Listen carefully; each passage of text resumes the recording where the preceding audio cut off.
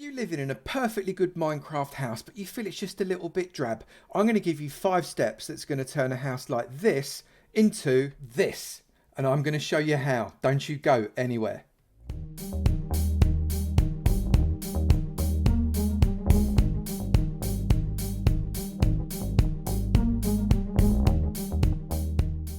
Good morning, good afternoon, good evening, and good night, and welcome to another episode from me, Avomance, in my house tutorial series. Today, we're not going to build a house out from the ground, one block at a time.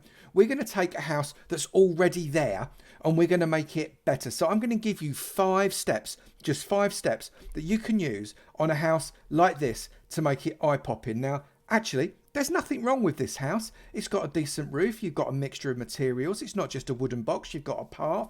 You've got structure, you've got windows, you've got an inside. We're not playing with the inside, but the inside's there. There's nothing wrong with it, and you could live your game inside this house with absolutely no problems whatsoever. But why don't we try and make it a bit more eye-popping? 5 steps, transformation, coming right now.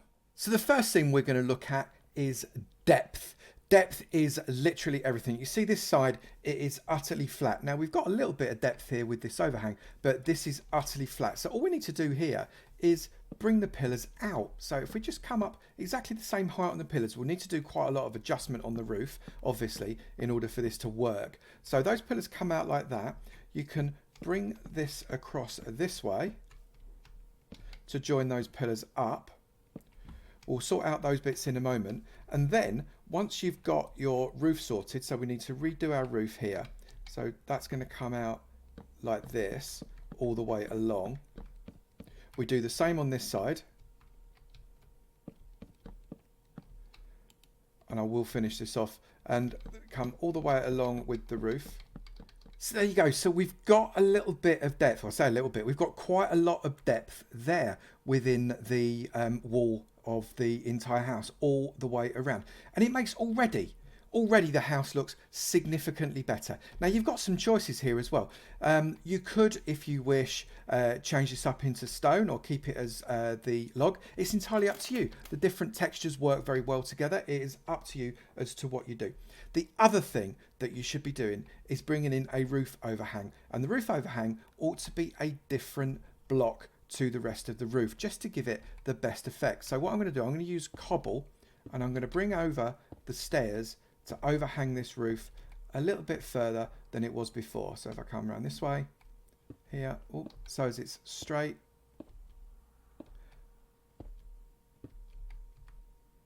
like that, and then obviously in the end there stick a cobblestone like that. Now that again gives you another level of depth. Now this is starting to get very deep here. You might want to bring this wall out a little bit so as it's not double depth. It's entirely up to you, but you've got some crack in depth, but you've got some jaggedy edges, so make sure that you underpin these here like this. That is perfect. We'll get onto details in just a moment. Now the other thing we need to do is address the flatness of this particular wall and all the other walls as well. A good start is to put upside down steps, get the right one, upside down steps over all of the windows. That gives you again a little bit of extra depth on the top of that window. We're going to address the window in just a moment. If I come all the way around and finish them off, that's great. So we start to get a little bit depth on that wall, but what we have got is a sticky out windowy bit. So let's add some more depth, change the panes, change the cubes into panes. If you have glass blocks, all you're creating is a flat surface. So get rid of the glass blocks and just pane them up. And already you get additional depth onto the house. We're already transforming this really, really well, but we do need to do something about that door because again, the door is utterly flat. Let's get rid of the door and place it from the inside. And that way, what you've got is additional depth. You'll notice it's very jutty out. Let's put an upside down step over the door. You've now got additional depth inside that, and it allows a little bit of the inside to creep out into the outside. That's also brilliant. And then the last thing you can do for depth is you can get yourself some steps. I like to differentiate the steps from the ones that you've got on the roof. So I'm going to use some stone brick steps, and just pointing outwards, stick additional steps on these legs like this, just the outside legs. And already that house looks significantly more welcoming, more inviting because of the additional depth that we created on that front face and all the way around the outsides. The next step is texture. Texture gives a different feel to the house. It stops it looking like one big mass of colour and pattern. And all we can do here is just kind of switch out a number of the blocks in the bottom stone wall. It's all cobble at the moment, and just turn them into a different type of stone. And what that does is that draws the eye away from it being one singular big mass and turns it into what it basically looks a number of smaller masses, which is much more pleasing to the eye. The eye prefers to do that. So you can see that front wall now is already utterly transformed, looks significantly different. I'll do that on all the other walls as well. Also, we can rough up the roof. This brings texture to the roof. At the moment, it is utterly flat. Bring a full block, the same texture of the steps that you've got, and just randomly stick the blocks in so as you give yourself just a little bit of a roughed up roof. This will also create a much smoother feel. Even though it's rougher, the eye sees it as a much smoother finish and therefore much more natural. And as a result, it won't be quite so offended by this long line that draws the eye away from the actual detail of the house. I'll finish this off too, and I'll be back when that's all done. And there you go, all the way around. The walls now look really nicely textured, and you can see what's going on. The roof is the same. It just looks far more attractive. I realised I put blocks and not upside down steps on that roof alcove there. I've changed that too. What's next?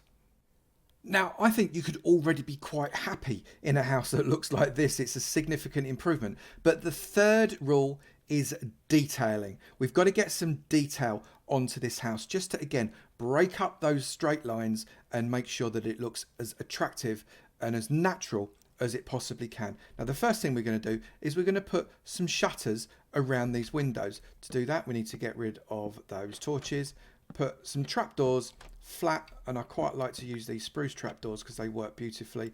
Let's just pop that back, as shutters around this roof. You can also put shutter there over the top just to give a bit of an overhang. Now, you've got two options for shutters. You can have it like that, or if you wish, I keep knocking out my blocks, don't I?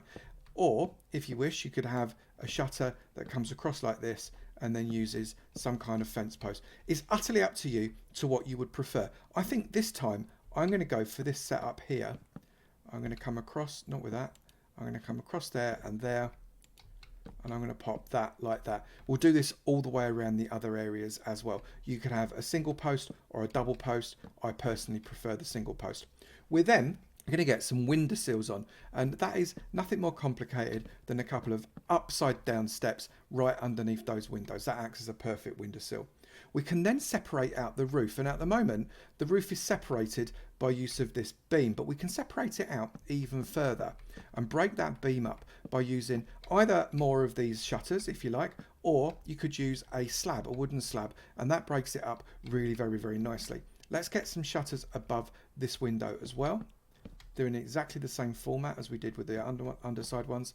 That is perfect. We like that a lot. So we've got shutters, we've got roof separation, and we've got windowsill. The next thing we're going to do is buttons. Now, the button you use depends upon what you're putting it on. If you're putting it on wood, use a stone button. If you're putting it on stone, I recommend you use a wooden button.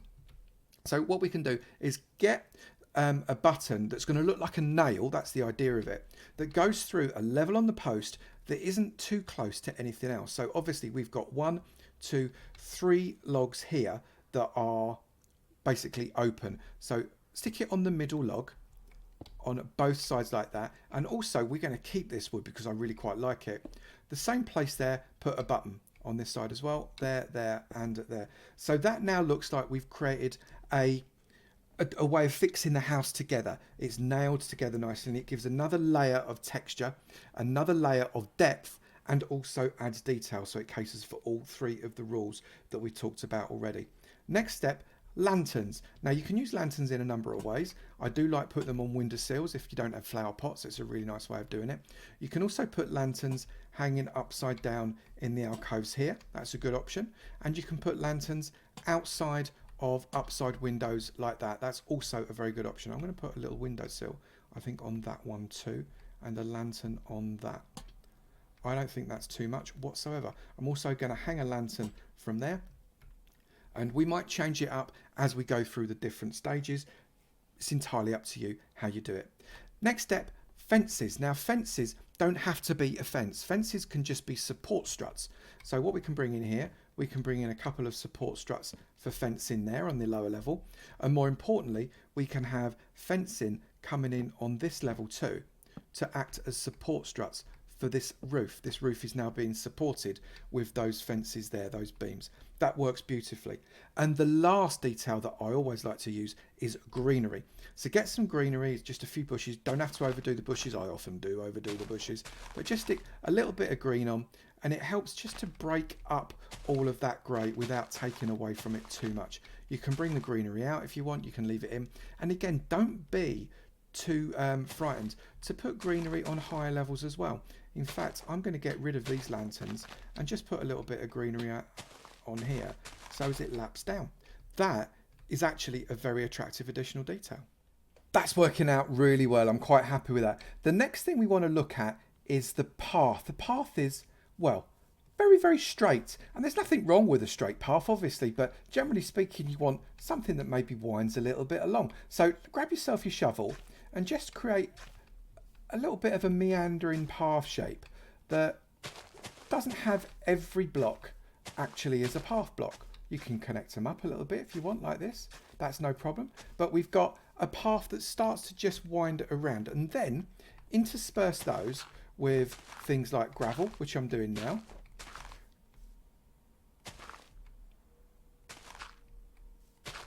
Some coarse dirt so it doesn't grow over with grass.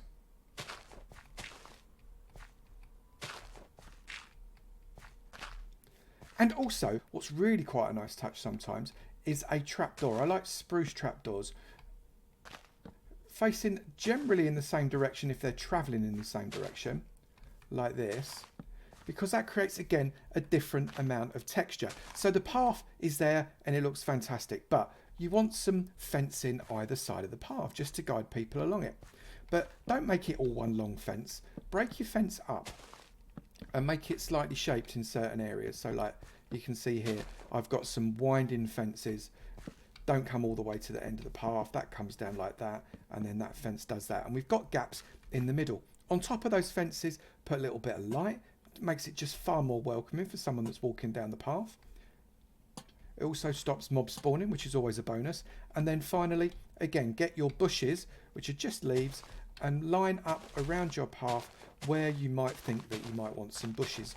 It's purely decorative, it's entirely to your own taste, and utterly random. And it actually sprouts out from the house as well. You can see the greenery in the house generates the greenery that comes along the path. And it should look as natural as you can possibly make it. A bit like that. The final stage is to look at the exterior of the exterior, and by that I mean obviously the gardens. We're going to be creating a really simple, very basic garden here, and what we're going to do is I'm just going to get myself this block here. I'm just going to create a bit of a hole, and this hole is going to act as a pond. Ponds are brilliant for gardens. Water, it moves, especially if you've got shaders in, and as a result is really very effective. Empty out the bottom of your pond. Get yourself some dirt, because you actually want dirt at the bottom of the pond. You don't want it to be grass. That doesn't make sense to anybody now, does it? So get that dirt. If you want, you could make it gravel or something like that. That would absolutely work beautifully. And you've got yourself a nice pond area there. Now, what's quite nice with the pond is to create a dual level, or even more, a triple level. So get yourself some, I find cobble works beautifully for this, and build up a second level very close and not too big around the first. Something along these lines would work beautifully. Get the grass out of the way, because it often does get in the way. That could come there. That could come there, and that could come there, and then edge it off so as it doesn't look quite so drastic and sharp a change. Edge it off with a little bit of cobble slab. Bring the cobble slabs around. Bring yourself a second level there, and there, and then a cobble slab there and there. So you've got what's effectively a built up area, and then bring up or down around the back here, a second level of cobble. So as it just doesn't look like too tall a structure. And then here, inside here, it doesn't matter where exactly, get yourself some cobble steps and put upside down cobble step on the top of that and an upside down cobble step on the top of that. Now what that will allow you to do, and if I just need to change this all up into dirt as well, bear with. What this will then allow you to do is to place a bucket of water and waterlog these steps. And if you do that, what that will do is it will create effectively a fountain effect, and it will allow you to see where in your random kind of pondy area have you not got any water. And then you've got a choice. You could potentially make that more pond area by putting another bucket of water, or I think more attractively you could bring in perhaps a little bit of sugarcane, pop a sugarcane there and 2 sugarcanes there, and I don't think that one will let me, will it? No, it won't. So perhaps you want to get another bit there, and that will act just as another split level for point of interest. You can then, let's just get these so as we've got a little bit more extra space, it doesn't block off too quickly. So that's actually a really nice looking pond, and we've got some movement in the pond. Now you can fill up this bottom end of the pond if you want as well, just by adding just a few buckets of water to create either infinite water sources, or if you'd prefer some moving water, it's up to you entirely. I quite like the look of that. That works beautifully. Then get some lily pads, pop some lily pads in there. It doesn't matter where you pop them, just stick them in. And underneath the water, get yourself some seagrass if you've got it, and some sea pickles if you've got them. Not obligatory, but again, it makes for nice detail. And in areas that will accept it, because not every area will, pop in some seagrass and light the place up with a few sea pickles like this.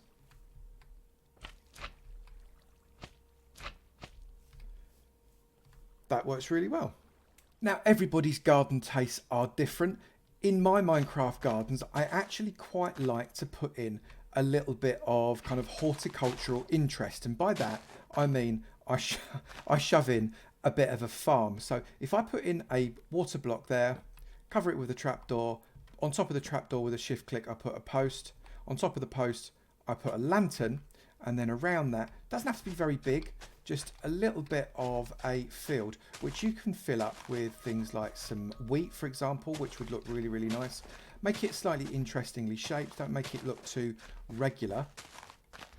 And that will allow, when it's fully grown, a really effective pattern of wheat around your garden, which looks really, really effective. Like that. Fill that in with some seeds.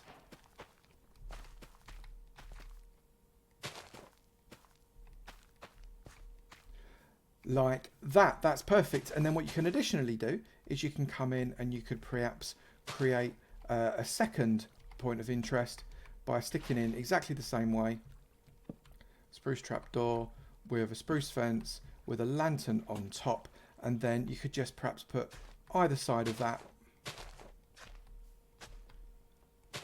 like that. Make sure each side is clear, and you could place, I don't know, maybe some melon seeds and some pumpkin seeds in on that. And then finally, when you want to just finish off your garden, put some flowers in. Flowers work really, really nicely. So get some flowers like this, and just wherever you fancy putting a flower, just pop them down. Now, the one thing you'll notice about your garden is at the moment it's got some light, but perhaps there needs to be a little bit more light. So as a final detail, we can place in a standard lamp at the end of our pathway. So what I'm going to do here is I'm going to get myself my oak log, so as it's continuous with the rest of the building, and I'm going to pop it down there. I'm then going to get myself a cobblestone wall. I'm going to pop it on top. I'm then going to get fence, go 1, 2 and 3, and then all the way round the outside I'm going to create a 4 post, and underneath that I'm going to hang a 4-pointed lantern. That then is effectively a beacon lighting the way back home when you are coming in from a hard day's mining. I think the transformation is pretty much complete. Add more flowers of any different type you like, and you have got a gorgeous house. Just as a little bit of bonus detail, I can show you here we've got a bit of an overhang that we've created simply by putting a step facing outwards and an upside step facing into it, a cobble slab to overlap the roof, and a ridge of wooden slabs going right across, repeating on the other side. And then just a chimney. This is effectively the same wall texture that we've got there.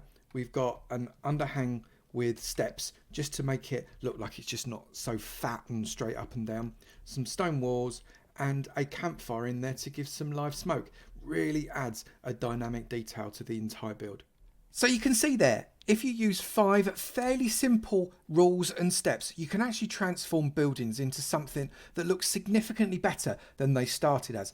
They're not that hard, bit of practice, and those 5 rules will serve you well for the rest of your Minecraft life. They've certainly served me very, very well indeed. If you have enjoyed this video, please do remember to slap that like button. It'd be great to know you're enjoying it, and I will keep on making them. Also, if you've not done it already, please do hit that subscribe button. It'd be great to see you in my sub club, and I look forward to seeing you in another video. You take it easy now. Bye.